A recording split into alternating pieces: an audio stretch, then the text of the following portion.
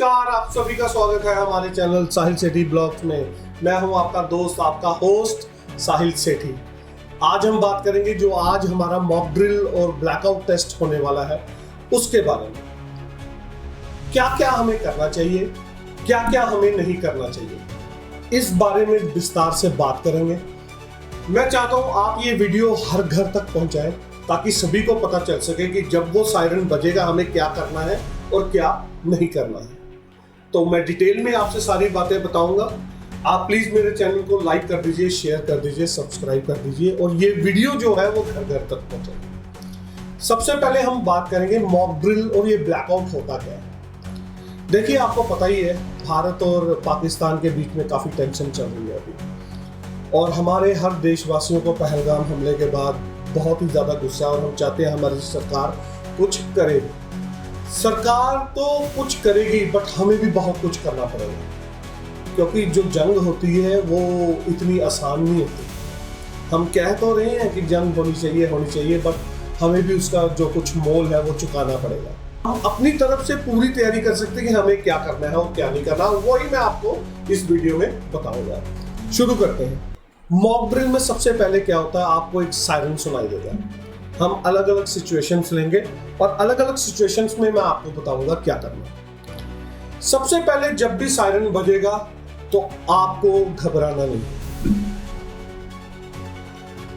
आपको panic button नहीं press कर देना आपने कि भागो भागो भागो भागो, ऐसे नहीं होता। आपके पास 10 से 15 मिनट का टाइम रहेगा। आप अपने घर पहुंच सकते हैं, अपने बच्चों को संभालिए, अपने परिवार को संभालिए, अपने बड़े बुजुर्गों को संभालिए। घर में एक ऐसी जगह चिन्हित करके रखिए जो आपको लगता है हमारे घर की सबसे सेफ है। वो जगह खिड़कियों से दूर होनी चाहिए। मैं आपको बताऊंगा क्यों। वो जगह अगर कॉर्नर में हो तो बहुत बेस्ट है। अगर आपके घर में कोई टेबल वगैरह है तो उसे अभी ही कॉर्नर में शिफ्ट कर दीजिए, जिसके नीचे आप आ सकें और आप और आपका परिवार आ सके।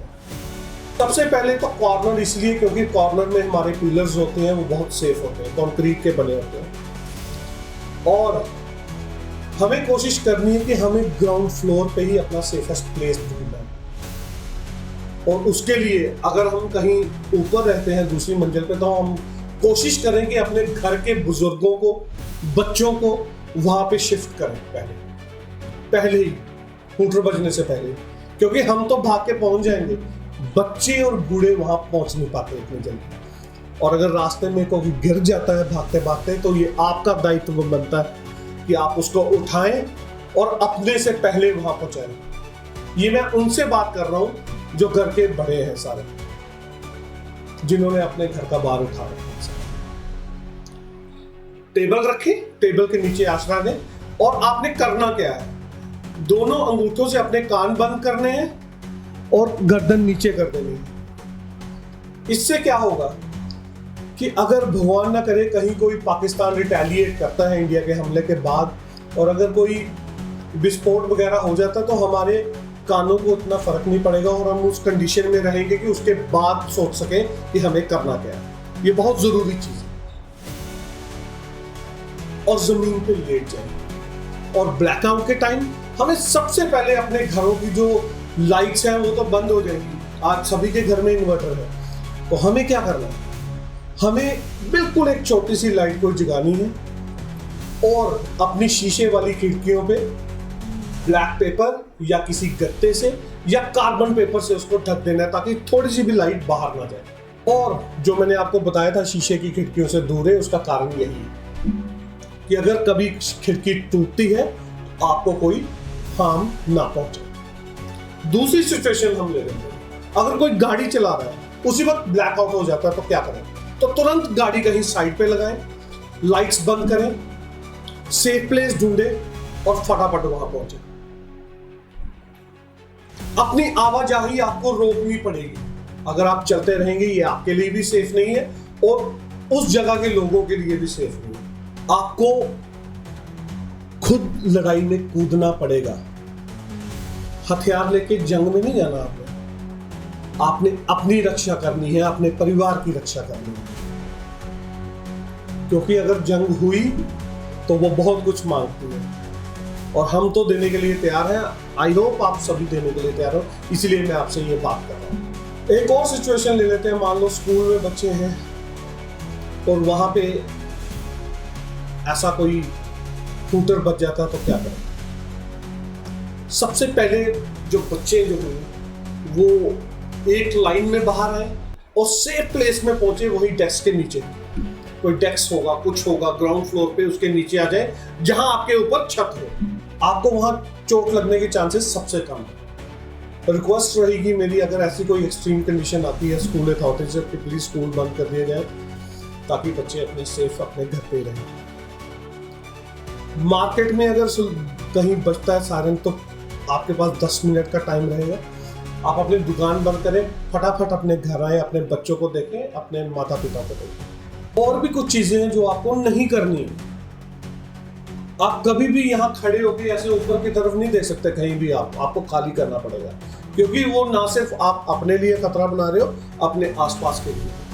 छत पे नहीं जाए देखने, कुछ नहीं देखना है जब तक सायरन, आपका पहला सायरन बजेगा। और जब आपका ड्रिल ये खत्म हो जाएगी, आपका सेकंड सायरन बजेगा, उसके बाद आपको सबसे पहले अपने घर का इलेक्ट्रिसिटी चेक करना, कहीं कोई शॉर्ट सर्किट तो नहीं हो रखा। छत पे जाएं, अपने घर का डैमेज चेक करें, कहीं कुछ हुआ तो नहीं। और मेरी आपसे रिक्वेस्ट है कि कान प्लीज, जितनी देर सायरन बजेगा या जितनी देर दूसरा सायरन आएगा, आप प्लीज अपने कान बंद रखें। ये सारी चीजें करके हम सरकार की, अपनी आर्मी की मदद कर सकते हैं। आपातकाल की स्थिति में हमें क्या करना है? इमरजेंसी के टाइम पे हमें लाचारों और असहाय की मदद भी करनी है, उसकी भी मदद करनी है, पर अपने आप को नुकसान पहुंचा के नहीं। तो बहुत बड़ी बात बोल रहा हूं मैं। सबसे पहले आपकी सेफ्टी है, फिर आप दूसरों की सेफ्टी करेंगे। और आप अथॉरिटीज को इन्फॉर्म कर सकते हैं। इमरजेंसी सर्विसेज स्टैंड बाय पे रहेंगी, आपको हर एक चीज का सहयोग दिया जाएगा। मेरी आपसे रिक्वेस्ट है, आप प्लीज डरे नहीं, बड़ा दिल दिखाएं। अगर हम जंग के लिए मोदी जी को बोल रहे हैं तो हमें उनका साथ देना पड़ेगा, हमें अपनी आर्मी का साथ देना पड़ेगा। और ये जो ड्रिल है इसको ध्यान से समझें, और अगर किसी को नहीं पता चलता है तो प्लीज ये मेरी वीडियो हर घर तक पहुंचा दें, ताकि उनको एक बच्चे को पता चल सके कि क्या करना है और क्या नहीं करना। खत्म करेंगे। मैं चाहूंगा आप मेरे चैनल को प्लीज लाइक कर दीजिए, शेयर कर दीजिए, सब्सक्राइब कर दीजिए। ये वीडियो अच्छी लगी तो सभी को फॉरवर्ड कर दीजिए। आप सभी का वंदन, अभिनंदन।